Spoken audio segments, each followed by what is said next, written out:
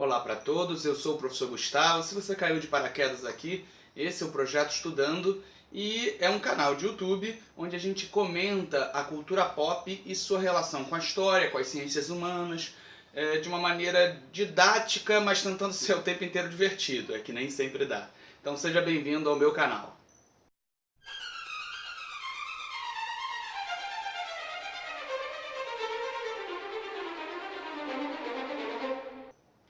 Há alguns vídeos atrás eu tinha solicitado que as pessoas me dessem sugestões do que eu pudesse falar, fizessem pedidos.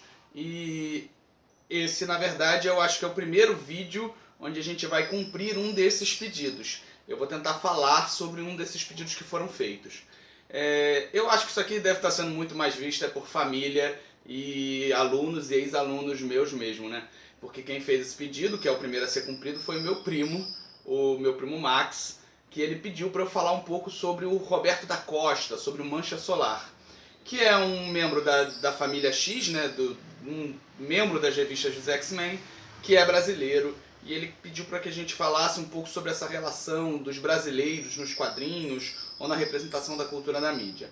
Para isso, eu decidi falar sobre estereotipia, sobre a formação dos estereótipos, sobre esse tema que é algo que é pouco falado, embora seja algo mas tão praticado. Então é sobre isso que é o tema de hoje, sobre estereotipia nos quadrinhos, sobre o Mancha Solar, sobre a formação dos estereótipos na cultura da mídia. Vou explicar tudinho o que é estereótipo, isso tudo, pode ficar com calma, gente. Para falar sobre essa formação de estereótipos, eu acho que o ideal é a gente começar pensando num exercício. Então agora, você espectador, você que está aí vendo esse vídeo, para e pensa em um mexicano. Isso, simples, num mexicano. Eu aposto que a primeira imagem que veio na sua cabeça foi de uma pessoa, geralmente do sexo masculino, de bigode com aquele sombreiro na cabeça. Isso é o estereótipo básico de um mexicano. Quando a gente pensa num mexicano, a gente pensa em alguém com um bigode, com um sombreiro, geralmente tomando tequila e às vezes falando ai, ai, ai, ai, ai.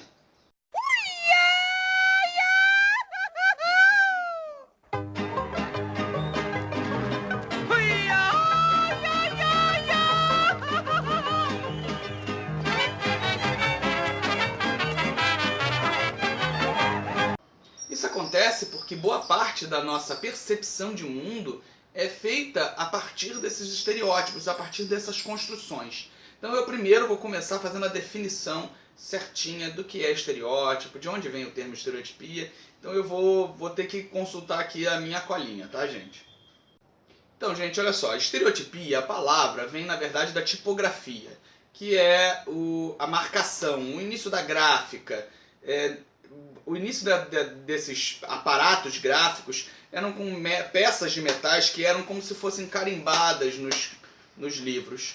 E a estereotipia era a formação dessa peça. Uma peça de metal que formaria todas aquelas palavras. Então, por exemplo, se essa peça de metal fosse um A, por exemplo, todos aqueles As que fossem colocados naquele texto seriam exatamente iguais, porque são peças de metal que são moldes para a formação daquelas palavras. A partir disso, o estereótipo, essa palavra estereotipia, entrou para o jargão popular e também para o jargão acadêmico, onde ele significa uma ideia, conceito ou modelo que se estabelece como padrão. Só que aí você carrega ele de uma certa dose de preconceito. Não no sentido totalmente mais negativo inicialmente, eu quero trabalhar isso com bastante calma. São moldes padrões que a gente usa para poder definir nacionalidades, grupos étnicos, etc. Continuando a falar sobre isso, sobre estereotipia, isso até certo ponto pode passar para um sentido mais negativo e ser carregado de preconceito. Mas num primeiro momento é só uma forma de leitura da vida. Então, por exemplo, quando a gente imagina um asiático e pensa que esse asiático é instantaneamente bom em matemática, isso não é necessariamente um preconceito, mas é uma formação de estereótipo. Agora, quando a gente pensa em um português e pensa que ele é imediatamente burro por causa disso, por ser português, aí sim o estereótipo se carrega de um preconceito. Então é preciso tomar muito cuidado com a formação de estereótipos.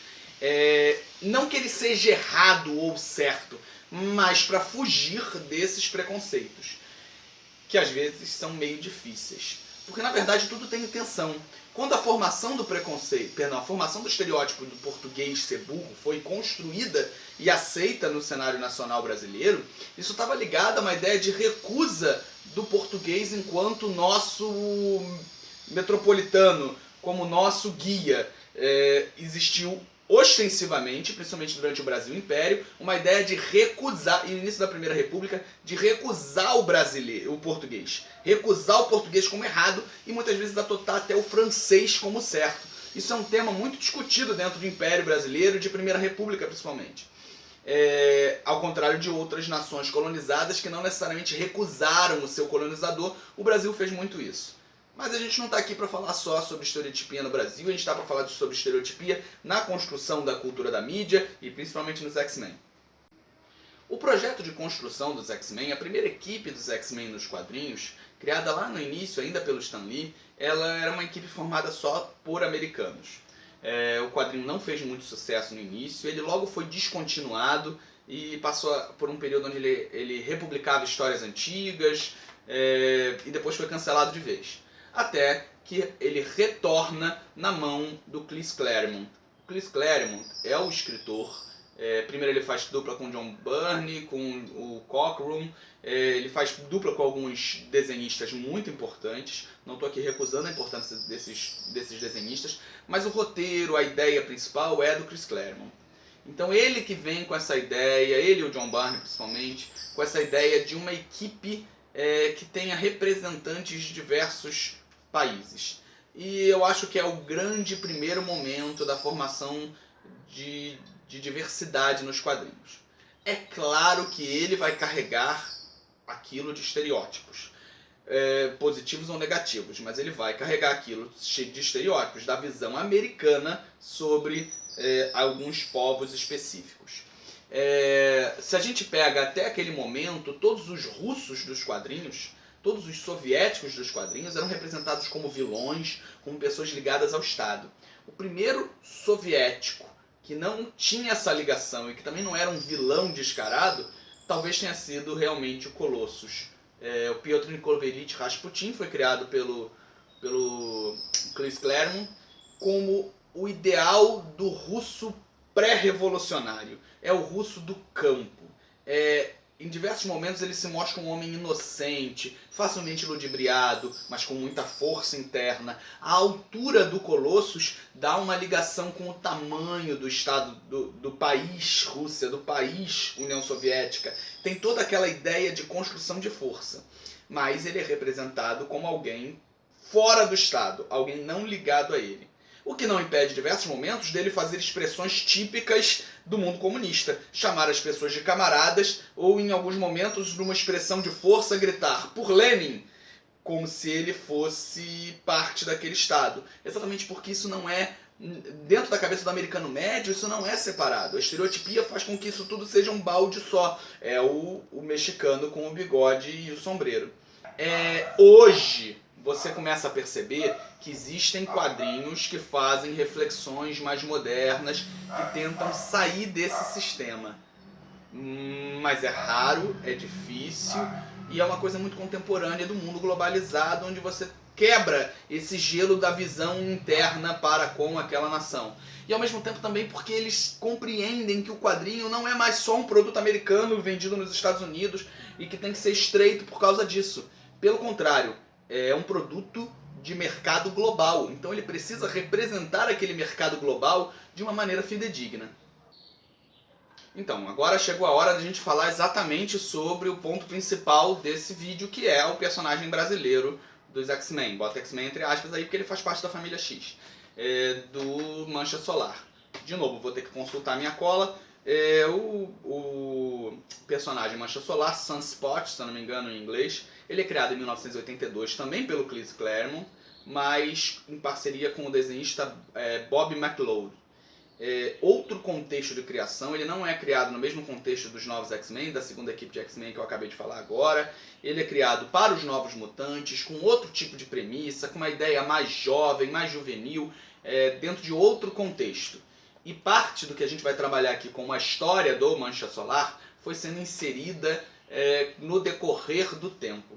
Quando eu, durante a década de 90, lia quadrinho, ele fazia parte, na verdade já tinha acabado os Novos Mutantes, e ele estava sendo treinado pelo Gideão, que é um ex-eterno vilão do X-Force. Então é um momento muito complicado, eu tive muito pouco contato com ele dentro das revistas em quadrinho, porque eu peguei muito mais a parte do X-Force, que eu gostava muito, que era tipo uma equipe paramilitar de X-Men, liderada pelo Cable. Tá? É outra coisa que a gente pode falar mais pra frente aí. No filme X-Men Dias de um Futuro Esquecido, ele foi representado por um ator americano chamado Adam Canto. Agora vão fazer o filme dos Novos Mutantes e ele já está pré-escalado. Vai ter o Mancha Solar no filme. O filme sai ano que vem, se eu não me engano. E o ator cotado, por enquanto, é um ator brasileiro chamado Cádio Padawan. Perdão, Paduan. Padawan seria se ele fosse um Jedi.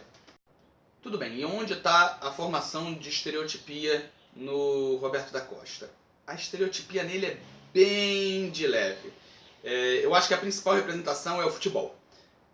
Diversas vezes que eu vi o Mancha Solar nos quadrinhos, ele tinha alguma relação com o futebol. Ele estava jogando bola, ele estava jogando futebol, ou ele falava de clubes. A própria história de origem dele está ligado a isso. Ele era ele era filho de um milionário que sofre bullying e é assaltado durante uma partida de futebol e tem toda essa relação, e é a partir daquilo que ele acaba despertando os poderes dele, que por sinal são absorver energia solar e soltar raios. Ele é afro-brasileiro, então tem toda aquela ideia da cor. Então essa formação do estereótipo dele é extremamente leve. Por que você não tem tantos brasileiros dentro da família X? Porque no momento em que a maioria dos X-Men foram criados, o Brasil não era tão protagonista no cenário mundial.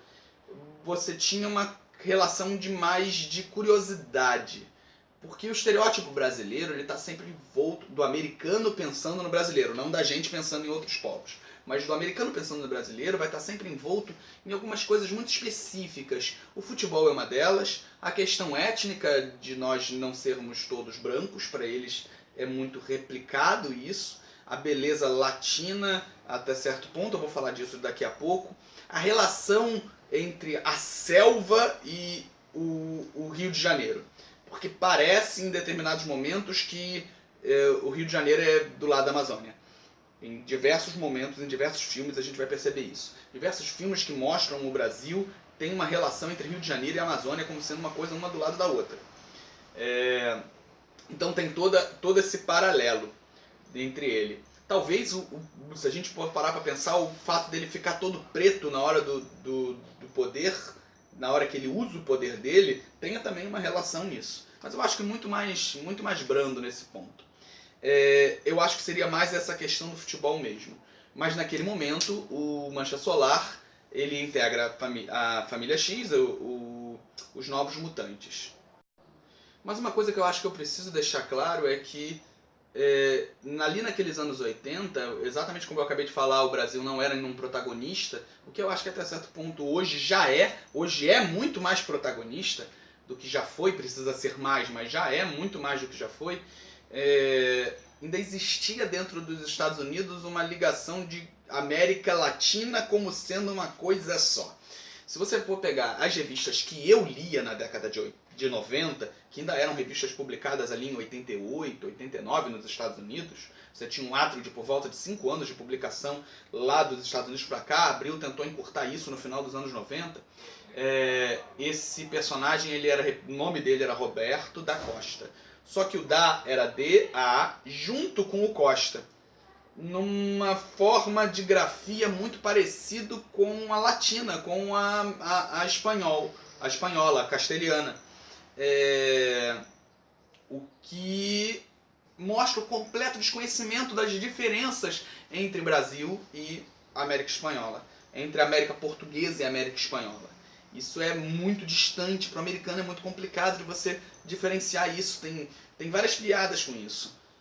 Aqui fazendo um paralelo sobre outro estereótipo, muito para exemplificar aqui, quando a gente vê o primeiro episódio dos Simpsons no Brasil, que tem o segundo na Copa, o primeiro episódio dos Simpsons no Brasil tem tudo isso que eu acabei de falar. A relação do Rio de Janeiro com a Amazônia. Tem um momento que o Homer é sequestrado e que eles pegam um barco e estão na Amazônia. Depois fazem a troca dele no bondinho do Pão de Açúcar. E é como se fosse uma coisa do lado da outra.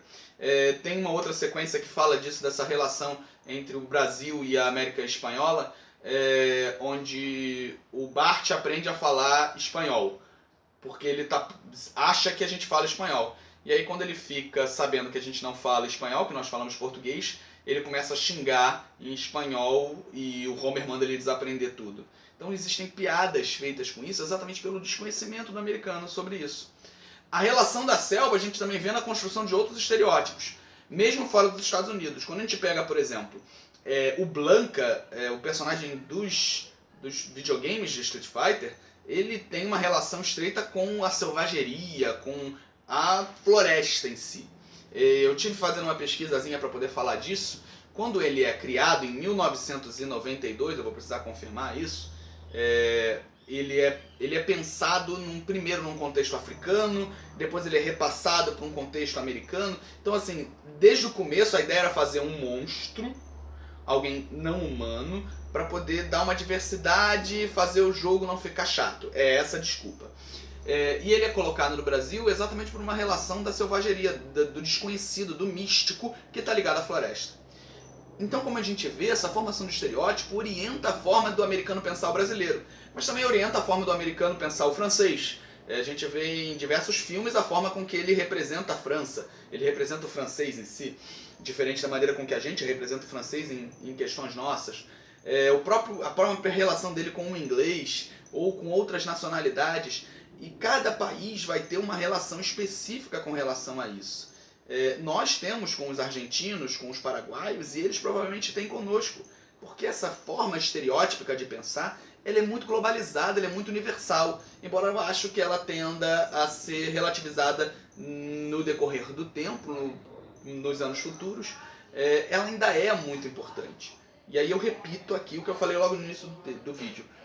O problema não é exatamente o estereótipo. O problema é o preconceito que muitas vezes ele vai estar carregado. A xenofobia, que é esse ódio ao estrangeiro que muitas vezes ele vai estar carregado.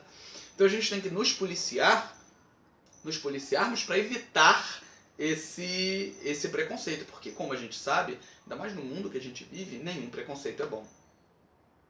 Então, gente, muito obrigado. Eu queria agradecer aqui a vocês terem ficado conosco esse vídeo todo. Eu acho que foi um vídeo com muito conteúdo. Então pode ter ficado um pouco grande, pode ter ficado um pouco chato. Eu peço desculpas caso tenha ficado. Vou tentar sempre ser mais divertido. E agradecer aí o meu primo, Max, pela sugestão. Quem quiser cortar o cabelo, é o melhor cabeleireiro aqui do Shopping Nova América, no Rio de Janeiro. Pode procurar lá no Barbershop o Max Tosti, que é o melhor cabeleireiro de lá. Barbeiro, senão ele briga comigo, né? E agradecer a todos vocês. Curtam o vídeo, compartilhem. Me ajuda, gente. Vamos lá.